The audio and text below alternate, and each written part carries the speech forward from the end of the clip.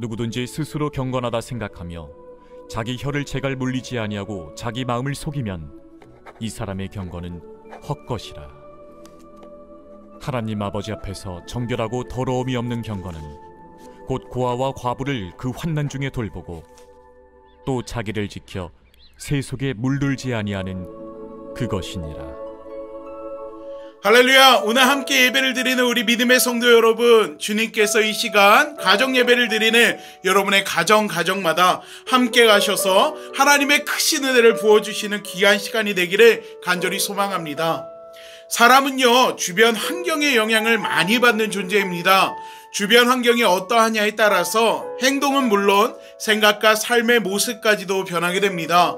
예전에 TV에서 방영했던 타잔이라는 드라마 혹시 기억하시나요?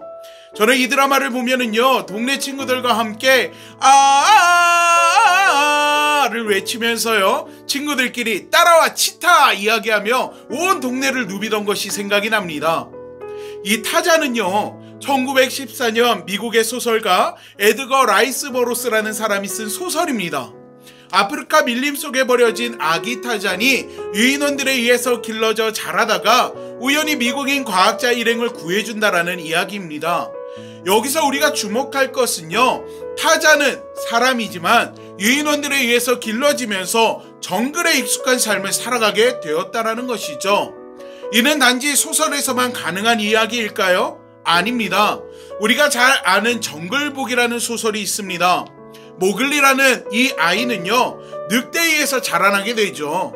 그런데 이 소설의 모티브는요, 디나 사니차르라는 실존 인물의 이야기를 다뤘습니다. 사람이지만 환경이 어떠하냐에 따라서 그 삶이 영향을 받는다라는 것입니다. 우리도 마찬가지죠. 우리가 타잔이나 모글리처럼 정글 속에 살아가는 것은 아닙니다.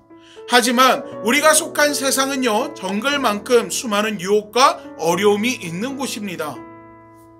성경은 우리에게 고난을 당하고 핍박당하는 일을 이상하게 여기지 말라고 이야기합니다. 왜 그렇습니까? 우리는 이 땅에 살아가지만 세상에 속한 이들이 아니기 때문에 그렇습니다. 그렇다면 우리는 어디에 속해 있을까요? 우리는요, 하늘의 시민권을 가지고 있는 자들입니다. 즉 다시 말해 하나님의 권속에 있는 이들이라는 것입니다. 때문에 세상의 기준이나 잣대로 살아가는 이들이 아닙니다. 모세와 여호수아는요, 이스라엘 백성들이 가나안 땅에 들어가는 것이 하나님의 약속하신 복임을 알고 있었습니다. 하지만 한편으로는 걱정이 되는 것이 있었습니다. 젖과 꿀이 흐르는 약속의 땅에 들어가 가나안 땅에 정착하면서 가나안의 이방 문화들에 젖어 들어가는 것을 염려했습니다. 비록 그들이 광야에서 40년을 훈련받았다고는 하나 사람은 앞에서 이야기한 대로 환경의 영향을 받는 이들이라는 것을 이 모세와 여호수아는 알았기 때문입니다.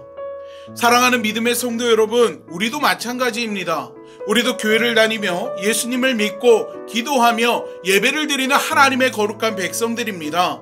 하지만 정작 우리의 삶을 돌아보면 환경의 영향을 얼마나 많이 받고 있는지요. 쉽게 유혹에 넘어갔고 말씀에 반하는 선택을 하며 예수님의 향기를 날리고 예수의 마음을 품기보다는 주님 앞에 섰을 때 부끄러운 모습이 얼마나 많이 있는지 모릅니다. 가랑비에 옷 젖는다고 조금씩 스스로 합리화하며 익숙함 속에서 변질되어가는 우리네 모습을 스스로 자각하지 못하는 일들도 많이 있습니다.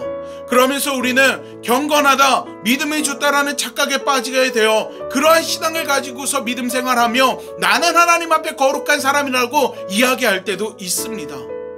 예수 그리스도의 보혈로 새로운 피조물이 된 거룩한 하나님의 자녀인 우리가 세상에서 그 환경에 휘둘려 살아간다면 언젠가는요, 그저 세상 속에서 성경적 지식을 아는 종교인으로 변하게 되고 말 것입니다.